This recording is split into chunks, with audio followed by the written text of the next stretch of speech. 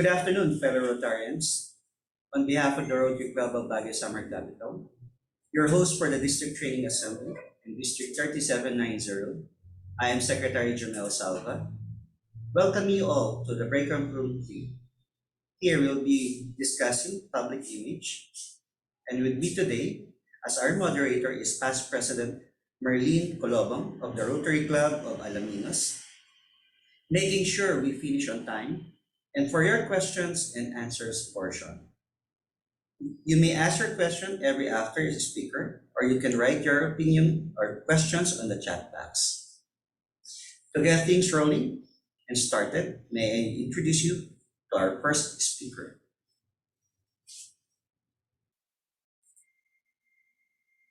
Welcome, fellow Rotarians. Our guest speaker will give us a simple tips that will help you us identify correct club district logo. Let us all welcome past District Governor John Paul J.P. Kadaying of the Rotary Club of Midtown Tarlac.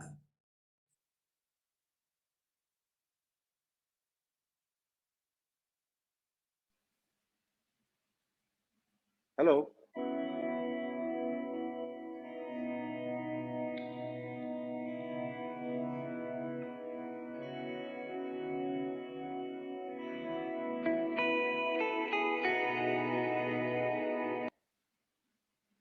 Thank you. Can I share screen now?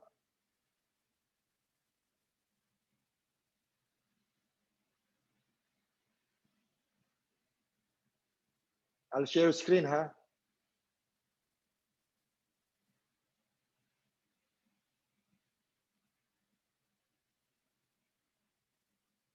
I'm sharing my screen.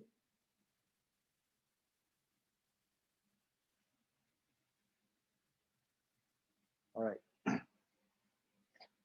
Good afternoon, everyone. Please spare me a little of your time. Ayan. All right. Thank you. Sandali po.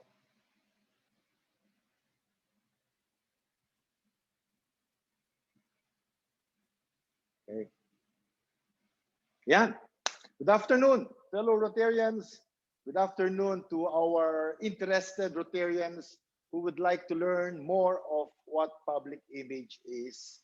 What do we do in public image? How can you really relate a good image of Rotary through public image? Ang problema kasi, a lot of Rotarians are not really aware that our successful projects would be properly known by our community by having a good public image. Pag wala pong magandang public image tayo, sayang lang po yung ating mga ginagawang proyekto na napakaganda. So this is really important, and together with public image, we would like to do some branding.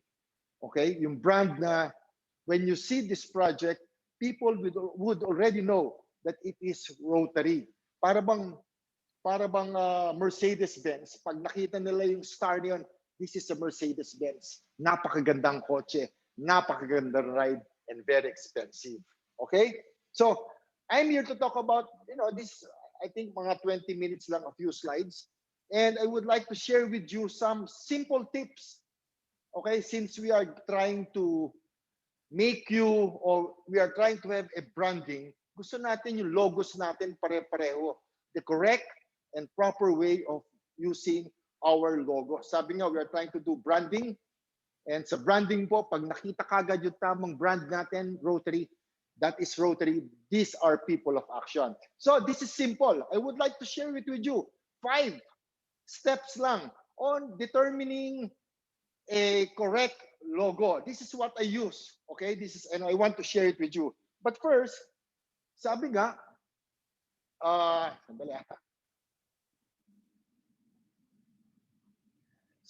it is very important that we should have a consistent and clear Rotary style in all our communications para malaman nila na we are a world-class organization. Parang world-class branded or signature bag or signature shirt, signature pants. Okay? Ito po ang importante, we should be consistent. Now, I would like to give you an example with Coca-Cola. Why branding is really important. 2011, they came up with a different logo, different style of cans to support the protection of Arctic habitats. They came out with this. Pero what happened? Dahil na-change ang itsura, na-change ang kulay, ano po naging effect? Ano po naging backlash? Nagkaroon ng backlash po, no, sa mga retailers. Bumaba po yung sales nila. And the most important thing is that there were confusion. It created confusion with Diet Coke packaging. Ngayon ang mga bumibili, naguguluhan na, ano ba to? Totoo ba o hindi? So, immediately, since the sales went down and there was confusion, they pulled it out from the market. Ano po ginawa nila? They came up with another strong branding and logo. Ito pong mga Coca-Cola, ito po ang pinaka-logo nila, Coca-Cola. And their flavors, yung mga flavors nila, nandun na po sa itaas. So this is also like Rotary, yung brand natin. This is our master brand, and this represents our club names or district name. Di ba? Pero pare-pareho ang brand natin. Still one, still the same. So this is the real purpose of why we are pushing for branding, for correct logos. Okay? Sayang po kasi yung mga projects natin. Now, this is our brand. Our master brand signature, the word mark, Rotary, and the wheel. Now, if we will be putting our club name, it is now already called a club master brand signature. If we are going to place our district, it's going to be a district master brand signature. But if you can see in my screen, there are measurements, no? Measurements, may proportions. May mga proportions which we should follow to make sure na tama po yung logo natin, na correct, na original yung logo natin. Ang hirap naman yan. Correct. But Rotary is trying to help us. All you have to do is go to the brand center. Brand center lang po. We just click the tool, the logo. Just click it. Lalabas na po yung template ng paggawa ng logo. Now, I will not divulge more on this because past, present, Charlotte will be giving you a run-through with the brand center. So, makinig na lang kayo mamaya. So, I will just go back to my tips. This is our master club, master brand signature or logo, and this is our district logo. Pinapakita ko lang po, no? There is the white, the full color. I'm just showing this to show contrast, no? Darating po tayo dyan. My tips, 5 lang po to. 1, there should be right alignment. Right alignment. No left alignment. Ito po, sinasabi pa niya, the district and club are extending below and above the wheel. The district name, the club name are extending below or above. Explain ko po later yan. And then, ang fourth ko po is, Rotary is in the middle of the wheel. And the last is the correct color and font. We'll try to divulge one by one. Unang-una po, sabi, right alignment. Right alignment. Ang ibig sabihin po, the letter Y of the word Rotary, and for example, we go to the district, no? District. The Y of Rotary and the 0 of the district has a right alignment. Pantay po sila. Pantay. So as the club logo. Pantay po yan. Meron pong right alignment. Di ba? Right alignment. Pantay po. Now, if there is no right alignment, then immediately on the first tip, mali na po yung logo nila. Mali na po. Now, if it is correct, it has a right alignment, let us go to the second tip. Sabi po, no left alignment. Sa left side naman po, no? Yung letter R is not aligned with the last letter of the district or the club. Wala pong left alignment. Hindi po sila pantay, okay? Hindi pantay, hindi pantay. Unlike sa right alignment, may pantay po. But sa left po, there is no left alignment. Again, if there is a left alignment, ibig sabihin mali na po kagad. So dapat wala pong left alignment. Ang meron lang pong alignment is the right alignment, which is the Y of Rotary and the 0 of the district or the last name of the club. Nakuha po natin? Third tip po, district and club name extending below or above the wheel. So, dito po tayo sa district name. Sa district, yung district logo po natin, district name natin, should slightly be extending below the wheel. Extending below the wheel. No? Hindi po nasa loob ng wheel yung ating district number. Wala po sa loob. Nakababa ng konti. Ngayon, the reason why I say above and below, because there are 3 suggested designs of the logo. Okay, tatlo po yan. No, sa club logo, we have the below, okay, we have the above, and we have the above and below. Tatlo po yung preferred. Tatlo po yung pwedeng logo natin, club logo.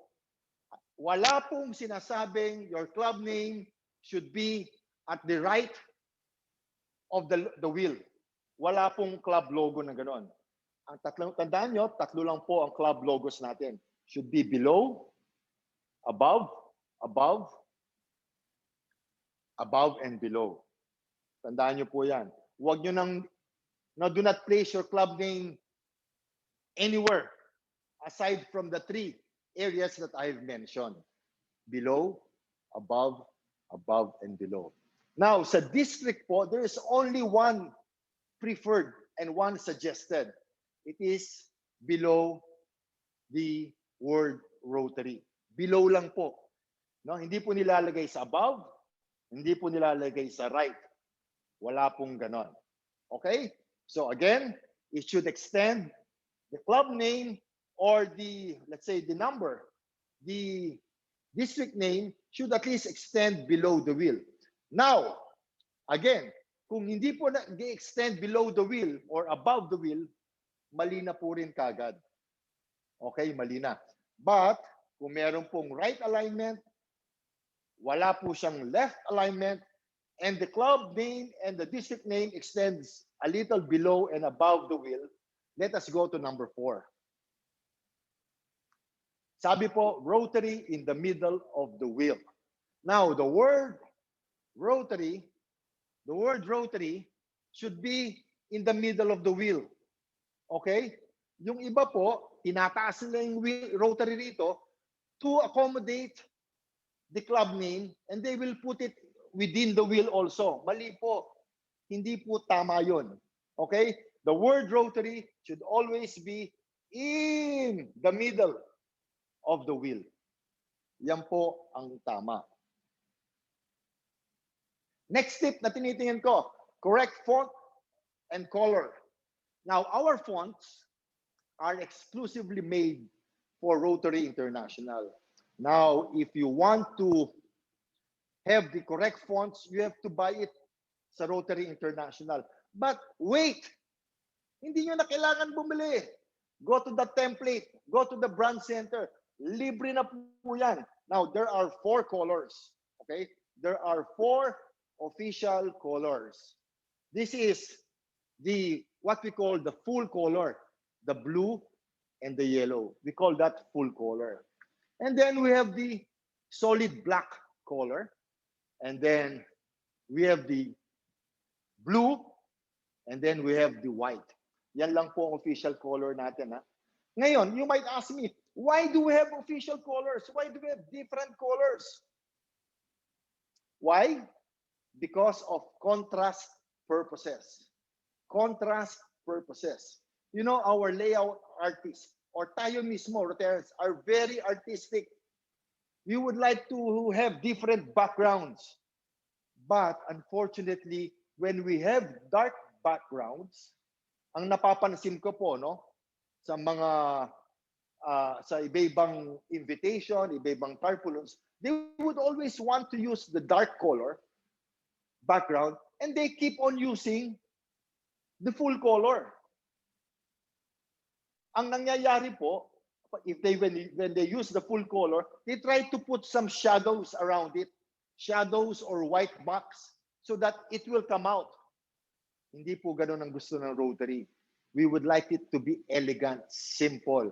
So in dark colors, dark backgrounds, in dark backgrounds, let us try to use the all white, okay? Or the all yellow, or siyempre hindi na pwede yung black, no? But in light backgrounds, we can now use the full color. Basta light background. Let us not force ourselves to use the full color always. That is why we have different colors. So we can play with it in contrast with the background. Nakuha po natin yon. Sample. Ayan po. This is a dark color. And they would like to use the full color, and dark color. So they would rather put white box, no, para lumitaw yung full color. The same thing with the yellow, because the wheel is yellow and the background is yellow. They place a white box para lumitaw. No, that is not